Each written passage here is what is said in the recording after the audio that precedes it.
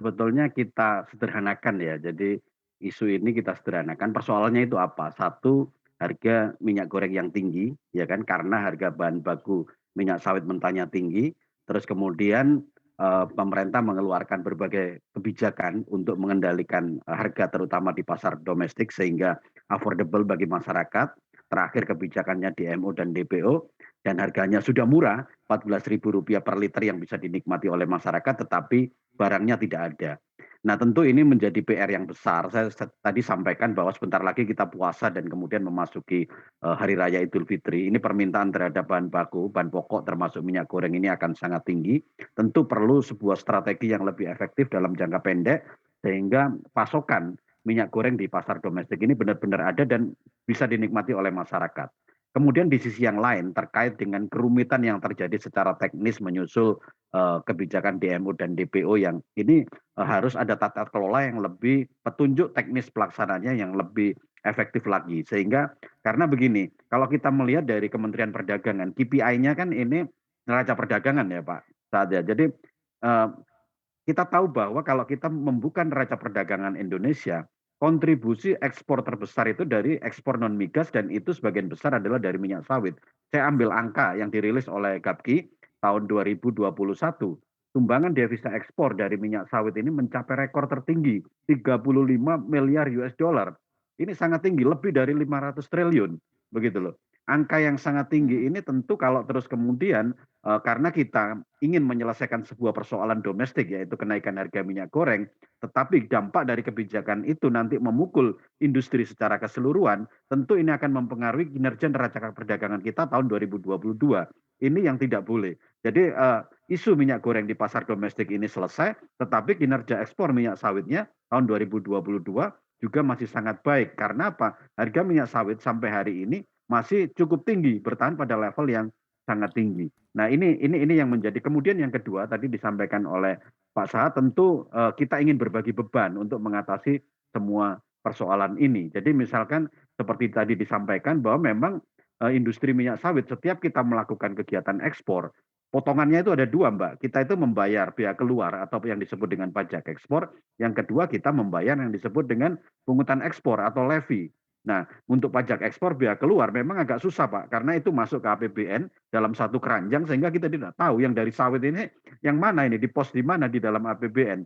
Nah, tetapi ada dana yang dikelola oleh Badan Pengelola Dana Perkebunan Kelapa Sawit, yaitu levy pungutan ekspor.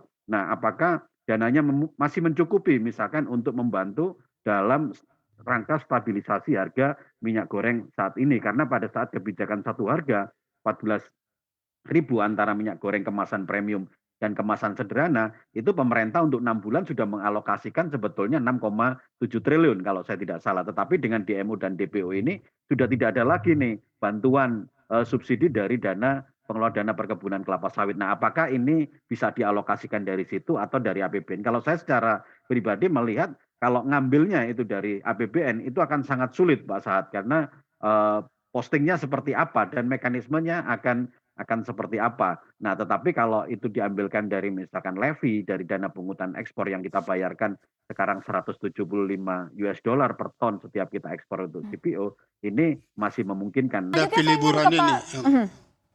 Ya Pak Sahat mungkin Sorry. ingin menambahkan, silakan. Ya, jadi sejalan dengan apa yang disampaikan oleh Mas Taufan tadi, kita minggu depan kalau juga masih serat, kita harus menggunakan senjata rudal. Itu yang saya maksudkan tadi. Bagaimana itu? Itu jangka pendek dan kita harus punya program jangka pendek dan jangka panjang ya.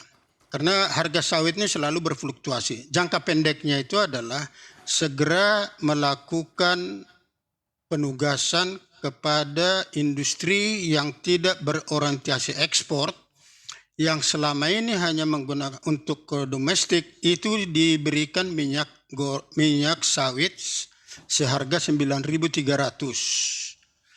Kalau itu bisa jalan, itu sekitar 6 perusahaan itu langsung mereka bisa jalan full speed. Ya, itu saya kira bisa. Dengan catatan di samping itu kita perlu melakukan pengawasan. Jangan sampai kolam ini sudah kita pompa, bocor lagi diambil dari untuk ketujuan lain. Nah, ini perlu pengawasan segera dilakukan. Itu jangka pendeknya. Jadi ada penugasan.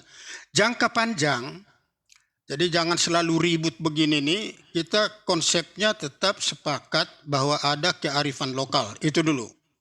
Artinya untuk domestic price itu harus tidak bisa bersama dengan harga ekspor. Nah untuk itu kita tiru negara tetangga kita, tidak ribut, tidak apa, langsung bisa jalan. Dengan cara apa? Mereka itu punya dana tunjangan kemahalan. Ya, mereka itu punya dan itu kumulatif. Kalau harganya mendekati turun, yaitu dana itu menurun. Kalau itu sama dengan harga 9.300, dananya tidak dipungut. Jadi selalu itu berfluktuasi dan bisa dilakukan.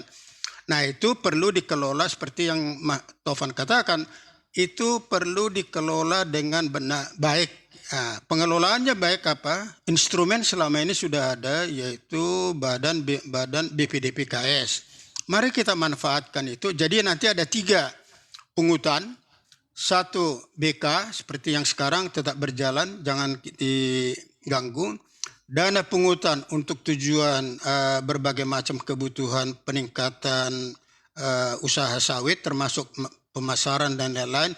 Yang ketiga kita tambahkan dana baru dan jumlahnya tidak banyak, yaitu adalah dana tunjangan kemahalan.